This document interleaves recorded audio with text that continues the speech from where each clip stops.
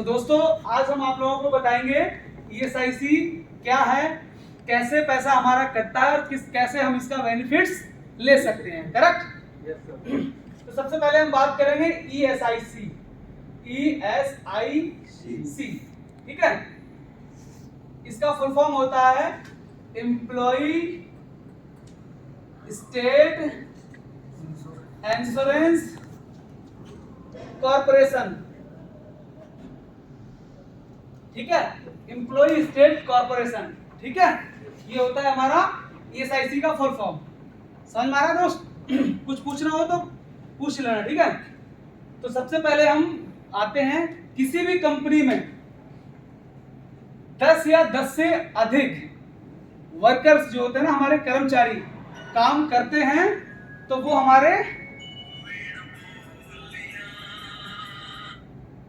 हमारे ईएसआईसी के एलिजिबल होते हैं, वो ईएसआईसी के फायदे ले सकते हैं और उनका ईएसआईसी कटेगा, ठीक है। किसी भी ऑर्गेनाइजेशन में हो, चाहे वो कंपनी हो, चाहे वो फैक्ट्री हो, चाहे वो छोटी मोटी जो डाल देते हैं ना फैक्ट्री वगैरह हो, किसी भी फैक्ट्री में 10 या 10 से अधिक अगर एम्प्लॉय काम करते हैं तो ये सब फायदे उसको मिलेंगे। कैसे मिलेंगे बता देता हूं, ठीक है। तो सबसे पहले वही बोला मैंने, किसी भी कंपनी में इफ एनी कंपनी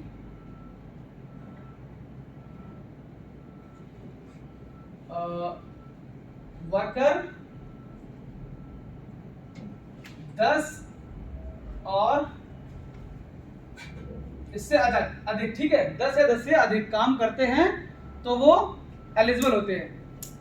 हमारा पीएफ कितना कटता है? सबसे पहले आप किसी भी कंपनी में ज्वाइन करते हो तो पहले क्या होता था, एक ईएसआईसी कार्ड मिलता था आपको, ठीक है, एटीएम की तरह।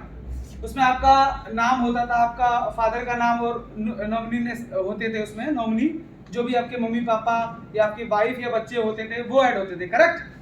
इसके बाद अभी क्या हो गया है, अभी हो गया है कि एक आपको ना आपकी जो कंपनी है, जो सपोज पैनाचार हो गया, कुटुंब केयर हो गया, ओम हो गया, ये आपको ना एक टीआईसी देंगे, टेम्परेरी सर्टिफिकेट देंगे, ठीक है। उसमें आप वो मोहर लगा के देंगे, आपका नाम होगा, आपकी डिटेल्स होगी और आपके नॉमिनी का नाम होगा, और उसमें आपकी जो नियर बाई डिस्पेंसरी होती है, ईएसआईसी के हॉस्पिटल होते हैं ना, वो ऐड करके देंगे जो भी आपके नियर बाई में होगी। अगर आपको इनकेस वो चेंज कराना है, सपोज मैं यहाँ पे रहता हूँ और मेरी डिस्पेंसरी दूर है, हमारे घर के पास ही डिस्पेंसरी है, तो आप 1 to 1 बात करके वो ऐड करवा सकते हो, ठीक, इसमें कोई डाउट नहीं, वो करके देंगे आपको। करेक्ट? दूसरा आते हैं हम, टीआईसी मिल गया आपको। अब ये हमारा सैलरी से कितना कटता है और कैसे कटता है ये बता देता हूँ। हमारी सैलरी, एग्जांपल बता देता हूँ आपको, बेसिक और ग्रॉस, बेसिक और ग्रॉस का कितना कटता है? 0.75%। बेसिक और ग्रॉस का 0.75% कटता है हमारा ईएसआईसी, ठीक है। ये हमारा करता डिडक्ट होता है हमारी सैलरी से, और ये जाता है कहां पे?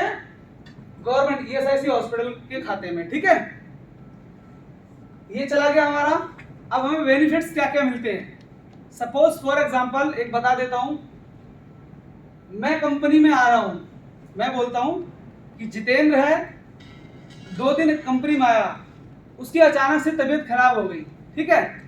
तबीयत खराब होने के बाद उसने इस हॉस्पिटल में गया, जो भी अपनी डिस्पेंसरी नियर बाई है, वहां जाने के बाद उसने इलाज कराया, अपना सर्टिफिकेट दिखाया जो टेम्परेरी मिला हुआ है कि सर मेरे को ये दिक्कत है और हमारे को दवा लेनी है। उन्होंने क्या करा, ऐड किया, तुम्हारा जो भी डिटेल भर के और तुम्हारा ट्रीटमेंट चालू कर दिया, ठीक है।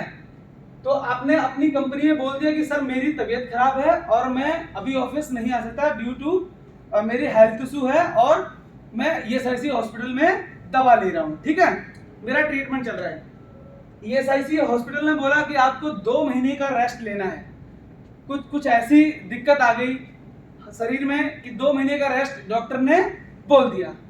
अब आप सोचोगे कि यार 2 महीने का बोल दिया है कि 2 महीने हमारा घर कैसे चलेगा, हमारे बाल बच्चे मम्मी पापा भूखे मर जाएंगे भाई अगर हम काम नहीं करेंगे, तो जाहिर सी बात है।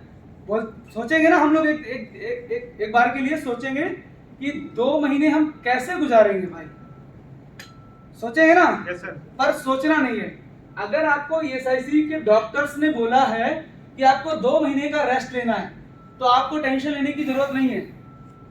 आपका हर महीने कंट्रीब्यूशन जाता है ना, आपको टेंशन लेने की जरूरत नहीं है। आपको उन्होंने बोल दिया 2 मंथ का आपको रेस्ट लेना है, ठीक है? आप 2 महीने का रेस्ट लीजिए और आपकी सैलरी ईएसआईसी पे करेगा।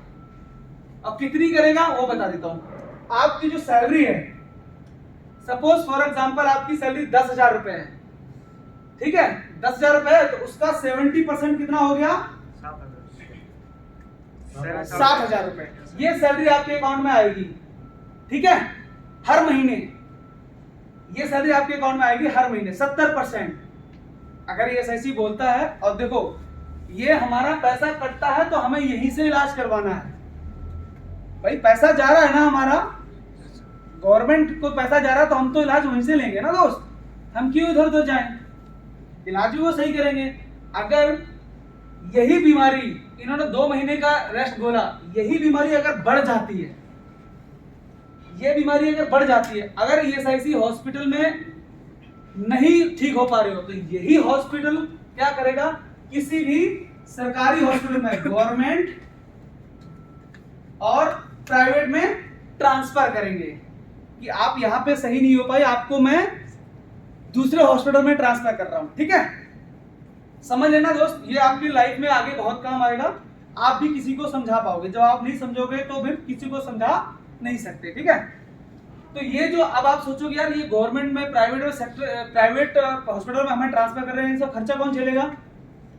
भाई प्राइवेट में तो पता है यार लाखों 2 लाखों करोड़ों का काम होता है। कोई अगर पहली बात तो प्राइवेट में कोई जाता ही नहीं है, जब जाएगा तो वो उसको दिमाग में टेंशन होगी कि यार इतना पैसा मैं कहां से लाऊंगा, मैं अपना घर खेत थोड़ी ना बेचूंगा, मेरे बाल बच्चे कहां जाएंगे, सोचेगा ना? पर आपको टेंशन लेने की जरूरत नहीं है। जितना भी खर्चा आपका आएगा वो ईएसआईसी भरेगा, चाहे वो प्राइवेट सेक्टर हो चाहे वो सरकारी सेक्टर में जाए। आप किसी भी हॉस्पिटल में जाते हो तो वो सारा का सारा खर्चा ईएसआईसी उठाएगा, बराबर? इसमें टेंशन लेने की आपको जरूरत नहीं है। समझ में आ रहा ना दोस्त? बोलो यस सर। आ रही है ना? Yes sir. ठीक है, तो आपको टेंशन लेने की बिल्कुल जरूरत नहीं है, ठीक है? सपोज फॉर एग्जांपल मैं कंपनी में काम कर रहा हूं, ये तो आपको समझ में आ गया। मैं किसी भी कंपनी में काम कर रहा हूं, ठीक है? मैं काम करते करते करते करते मेरा हाथ कट गया या पैर कट गया, तब क्या होगा? कंपनी में काम करते करते हाथ कट गया या पैर कट गया, तब क्या होगा? हम लोग सोचेंगे भाई घर तो बर्बाद हो ही जाएगा, भाई हम तो कुछ कर ही नहीं पाएंगे ना। फिर भाई हाथ कट जाएगा या पैर कट जाएगा तो हम तो बिल्कुल जीरो हो गए ना। तो अब हम लोग घबरा जाते हैं, तो घबराने की जरूरत नहीं है। आपको सैलरी पेंशन ये देगा ईएसआईसी, कितना देगा वो बता देता हूं, ठीक है? आपको जाओगे वहां पे सारे डॉक्यूमेंट क्लियर करने के बाद आपको ये 90% देगा। 90% आपको सैलरी हर महीने, और ये आजीवन होता है। ये आपको आजीवन मिलेगा, इसमें कोई लिमिट नहीं है, ठीक है? ये जो है आपको 90% सैलरी जो मिलेगी वो आपको आजीवन मिलेगी, क्लियर? आजीवन मिलेगी, इसमें कोई डाउट नहीं है। आपको ईएसआईसी देगा आजीवन भर, जब तक आपकी उम्र रहेगी, क्लियर? अब इसमें एक और आता है, सपोज फॉर एग्जांपल हम घर से ऑफिस आ रहे हैं, घर से ऑफिस सब लोग आते हैं, घर से ऑफिस आ रहे हैं, बीच रास्ते में मेरा एक्सीडेंट हो जाता है, ठीक है? मैं आ रहा हूं, मेरा एक्सीडेंट हो गया और मैं मर गया। मरने के बाद सब खत्म, मेरे को तो पता नहीं चलेगा कि मैं कहां हूं, कैसा हूं, क्या हूं। लेकिन जो हमारे नॉमिनी होंगे, नॉमिनी में आपके मम्मी पापा होते हैं और आपकी वाइफ और बच्चे, ठीक है? भाई बहन नॉमिनी में नहीं होते, क्लियर? तो सबसे पहले अगर किसी के साथ, अगर भगवान ना करे कभी किसी के साथ ऐसा हो, मैं अपना एग्जांपल बताता हूं कि मेरे साथ ये हो गया। अब क्या होगा? सबसे पहला जो स्टेप होगा वो ये होगा कि सबसे पहले जो नियर बाई पुलिस स्टेशन है वहां पे आपको FIR करवानी पड़ेगी, FIR, ठीक है, FIR दर्ज करवा दी कि इसका एक्सीडेंट हो गया और ये डेथ हो गया, मर गया। ये FIR जाएगी ESIC में। और अब बताओ क्या होगा, अब इनको सैलरी कितनी मिलनी चाहिए? भाई हमारा तो खत्म हो गया, अब हम लोग क्या सोचेंगे, घर वाले सोचेंगे कि यार तो वो तो मर गया, सब खत्म। पर नहीं, आपको सैलरी 90% मिलेगी। और किसको मिलेगी? जो आपका नॉमिनी होगा। नॉमिनी में मम्मी, पापा और वाइफ और ये बच्चे, ठीक है, इनमें से होते हैं, ये 90% मिलेगी। सपोज फॉर एग्जांपल बच्चे मेरे 2 हैं, ठीक है, लड़का है, एक लड़की है। क्लियर? एग्जांपल बता रहा हूं आपको, ठीक है। अब क्या हुआ, अगर लड़का है तो लड़के की उम्र जब तक मिलेगा जब तक वो 25 साल तक नहीं हो जाता, एज पर लेबर लॉ, ठीक है। जो गवर्नमेंट्स के रूल है, किसी कंपनी के रूल्स नहीं होते दोस्त, और ये कंपनी को फॉलो करने होते हैं। किसी भी कंपनी में जाओगे, जब तक वो एम्प्लॉय, उसका लड़का, एम्प्लॉय का लड़का जो भी है 25 साल का नहीं हो जाता, तब तक वो पेंशन मिलेगी। और लड़की है तो लड़की की जब तक वो शादी नहीं हो जाती, अगर कोई लड़की है उसकी शादी हो जाती है, उसके बाद वो पेंशन बंद हो जाती है। लेकिन ये कंडीशन जब है, ये कंडीशन जब है जब मेरी बीवी, बता रहा हूं दोस्त, एग्जांपल दे रहा हूं, मेरी बीवी अगर कोई दूसरा शादी नहीं करती, अगर वो कोई दूसरा शादी करती है तो ये सब में क्रॉस लग जाएगा, कुछ नहीं मिलेगा। समझ में आ गया? किसी कुछ डाउट है? आ गया ना? अगर ये शादी कर लेती है तो ये बेनिफिट्स कुछ भी नहीं मिलेगा, जीरो, क्रॉस, ठीक है। ये हो गया, एक्सीडेंट का पता चल गया। आप बताओ, कुछ किसी को कुछ कंसर्न है? बताओ। ये सर ड्यूटी आते और जाते टाइम एक्सीडेंट हो गया, जब ये है वैसे भी है ये? नहीं नहीं नहीं, ये ड्यूटी आने और जाने के टाइम पे है। देखो घर पे तो कुछ भी हो सकता है ना दोस्त, ये ड्यूटी और आने जाने में होता, वो भी वैलिड होगा, वैलिड पॉइंट देखा जाएगा। ऐसा नहीं है कि हमने कह दिया हम जा रहे थे ससुराल और हमारा एक्सीडेंट हो गया और साथ ड्यूटी आ रहे थे। ससुराल की लोकेशन भी तो देखी जाएगी ना, कि तुम ससुराल फरीदनगर आ रहे हो या दिल्ली जा रहे हो, कानपुर जा रहे हो, लुधियाना, आगरा जा रहे हो, ये तो होता है ना दोस्त। ऐसा नहीं है, देखो झूठ कभी छुपता नहीं है। और झूठ बोले कोई, यार हमने बोल दिया झूठ, अगले ने सुन लिया, अगले ने किसी को बताया तो वो तो फिर ऑब्जेक्शन कर देगा ना, क्वेश्चन मार्क डाल देगा कि ये तो गलत है। और जो टीम आती है इन्वेस्टिगेट करेगी तो वो क्यों पागल थोड़ी नहीं बैठे हुए, वो भी तो देखेंगे ना भाई यहाँ जेन्युइन केस है नहीं है। जब भी कोई डेथ होती है तो डेथ में जैसे डेथ होगी, जो ये FIR जाएगी तो 15,000 रुपए सबसे पहले वो आएंगे दाह संस्कार के लिए। कब आएंगे? जो बोलते हैं ना दाह संस्कार बोलते हैं ना, अंतिम संस्कार जिसको बोलते हैं, वो 15,000 नॉमिनी के खाते में उसी टाइम आएंगे। कब से लागू हुआ है सर? कब से लागू हुआ है? जब से आप जॉब कर रहे हो। आपके समय हाँ, जब से आप जॉब कर रहे हो। पर ये ध्यान रखो कि किसी भी कंपनी में जाते हो तो सबसे पहले आपका पॉइंट ये आता है, जो भी आपका इंश्योरेंस नंबर होता है ना, एक ESIC नंबर मिलता है 10-12 नंबर का, 8, 9, 10 ऐसे करके मिलता है ना, वो नंबर हमेशा याद रखना। वो ही हमें आगे कैरी फॉरवर्ड करना है कि हम जिससे ये फ्लिपकार्ट छोड़ी, अमेजोन में गए, अमेजोन छोड़ी, ग्रोफर्स में चले गए, ग्रोफर्स छोड़ के रिलायंस चले गए, रिलायंस छोड़ के अदर कंपनी में चले गए, ठीक है। तो ये हमारा, हमें देखो अगर बेनिफिट्स लेने हैं, इसको दोस्त हल्के मत लेना, ये बहुत बड़ी चीज है ये दोस्त, अगर इसको समझोगे तो। सर जी ESI नंबर एक ही होता है ESIC नंबर एक ही होता है और PF नंबर भी एक ही होता है। देखो ESIC नंबर ऐसा होता है, ESIC नंबर अभी क्या होता है, आप दूसरी कंपनी में गए, अगर आप नहीं दोगे तो वो दूसरा जनरेट हो जाता है, वो नहीं करना है। बोलो कि ये मेरा ESIC नंबर है, मेरे को इसी में ही चाहिए, करेक्ट, ठीक है, और आपको वो करके देंगे। जैसे UN नंबर है, UN नंबर क्या होगा, आधार कार्ड से लिंक हो चुका है। आप किसी भी कंपनी में जाओगे तो वो जैसे आधार नंबर डालेंगे तो आपका UN नंबर शो कर जाएगा कि इसका आधार UN नंबर ऑलरेडी एक्टिव है, तो वो वहीं से उसको लिंक करके उस पर कंट्रीब्यूशन चालू कर देंगे, करेक्ट। ऐसा ही अब थोड़े दिन के बाद ये भी हो जाएगा ESIC का। ESIC का वही है ना कि वो बोल रहा हूँ कि आपको याद है यार, देखो इतना पता है कि अपनी अपनी गर्लफ्रेंड का नंबर सब याद रखते हैं, तो ESIC नंबर याद नहीं कर सकते क्या? कर सकते हैं ना, होता है ना, एक दूसरे का नंबर तो याद कर लेंगे, चलो भाई मेरा उसका ये नंबर है, मेरा उसका वो नंबर है। एक इंश्योरेंस नंबर याद करने में क्या जाता है, लिख के रख लो यार, मोबाइल में सेव कर लो, क्या दिक्कत है, इसमें कोई दिक्कत तो नहीं ना, समझ में आ गया। ये तो हो गया आपका ईएसआईसी का, ठीक है। अब आते हैं दोस्त, इसमें कुछ किसी को पूछना है तो बताओ, पूछना है। अब आते हैं दोस्त पीएफ पे, ठीक है। एक एक करके अच्छे से समझाऊंगा दोस्त, समझ में आना चाहिए। देखो ये कंपनी है, मैं ये नहीं बोल रहा हूँ इस कंपनी के लिए इन फ्यूचर आपके लिए बहुत काम आएगा। आप किसी भी कंपनी में जाते हैं, आई होप, मैं आशा ये करता हूँ कि आपको पहले भी कंपनी में काम किया होगा, ऐसा समझाया गया होगा, ठीक है। समझाया गया नहीं समझाया गया, हाँ या ना बोलो, ना समझाया ऐसा नहीं समझाया गया, ऐसा किसी ने नहीं समझाया। क्यों? आप क्वेश्चन क्यों नहीं करते हो कि सर मेरे को बताओ ना कि किसके बेनिफिट्स क्या है। यहाँ पे भी नहीं समझाया सर, पहले ये आपने समझाया ये, आपने समझाया यहाँ पे भी आपने समझाया ये। क्यों?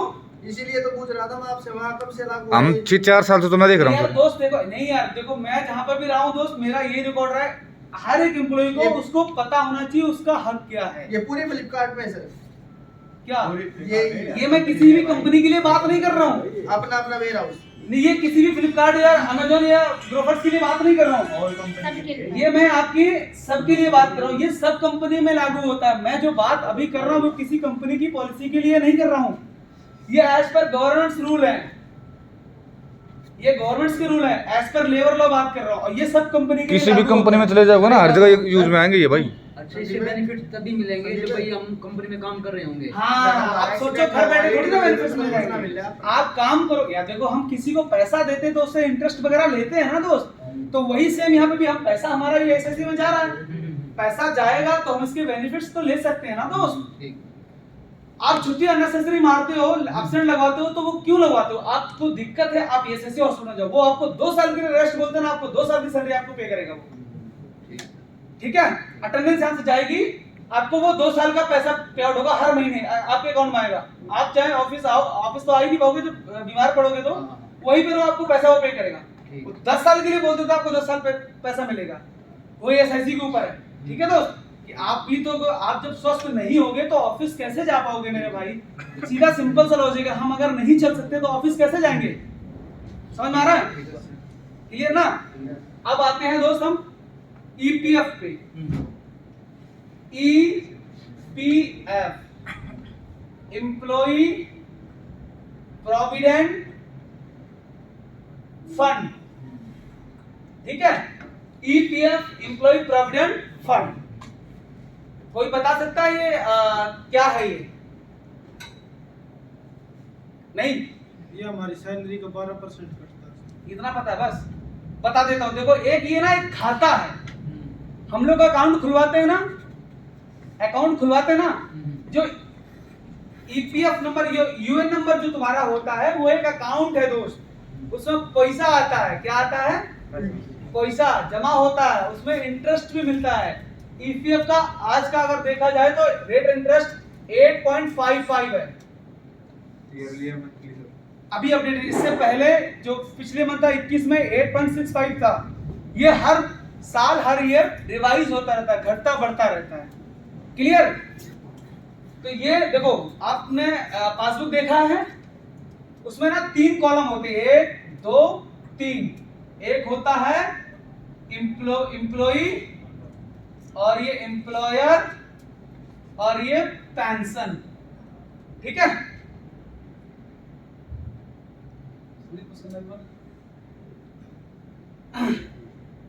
उसका रखा है क्या जी? चल रहा है ना? हाँ हाँ बिल्कुल। ठीक है।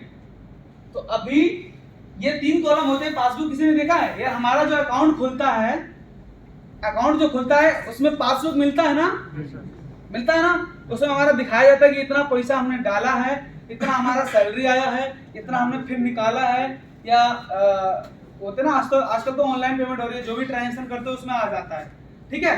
तो इसी तरह ये भी है, आपका अकाउंट ही है, ये आपका अपना है, इसमें आपका सिर्फ हक है, ये किसी का हक नहीं है, आप ही निकाल सकते हो इस पैसे को, ठीक है। अब तो नॉमिनी भी मांगने लग गए सब। हाँ, अभी क्या है देखो, पहले दोस्त बहुत कुछ नहीं था, अभी बहुत कुछ हो गया है। पहले आप कुछ नहीं कर सकते थे, ना आप एग्जिट डेट डाल सकते थे, ना ही किसी नॉमिनी का नाम डाल सकते थे, फादर नाम भी चेंज करना होता है तो भी हम लोग वेंडर को फॉलोअप लेते थे, किसी कंपनी को फॉलोअप लेते थे। अभी क्या हो गया, आपको रिक्वेस्ट डालना है, आपको नॉमिनी करना है, ई नॉमिनी अपडेट करो, नाम भरो, उसका अकाउंट नंबर डालो और जो डिटेल मांगता है सबमिट कर दो, हो गया। एग्जिट डेट का जो होता है, एग्जिट डेट सीधा सिंपल सा लॉजिक है, आप एग्जिट डेट डालो और सबमिट करो, ओटीपी डाल के सबमिट कर दो, आपकी एग्जिट डेट अभी। अब किसी भी वेंडर किसी भी कंपनी से लेना देना नहीं है। पहले क्या था यार, कंपनी वो बंद हो गई, अब हम उसको ढूंढ रहे हैं कि यार उस कंपनी का एचआर कौन था, हमारा मैनेजर कौन था, उनसे जाके बात होके कभी कभी मिलता था या नहीं मिलता था। ये बहुत बड़ी प्रॉब्लम थी दोस्त। क्या होता था, कंपनी बंद हो जाती थी, लोगों का पीएफ फंसा का फंसा रह जाता था। ठीक है, आप जैसे आपने अभी ज्वाइन किया, आपका जो मार्च में आपने ज्वाइन किया ना, तो आपके अप्रैल लास्ट में मार्च का पीएफ अप्रैल में शो करेगा। मार्च में सैलरी कब आएगी, अप्रैल में आएगी ना, और आपका पीएफ यहाँ पे अप्रैल में शो करेगा। अब आप ये मत कहना कि यार मैंने मार्च में ज्वाइन किया तो मार्च में कहाँ गया। जैसे ज्वाइन करते हैं उसको जब भी सैलरी आती है उसको 25 तारीख डेडलाइन होती है, उस तक वो जमा करेंगे। ठीक है, जो भी आपके एम्प्लॉयर होते हैं। ठीक है, समझ में आ गया? सभी लोग कुछ करना है।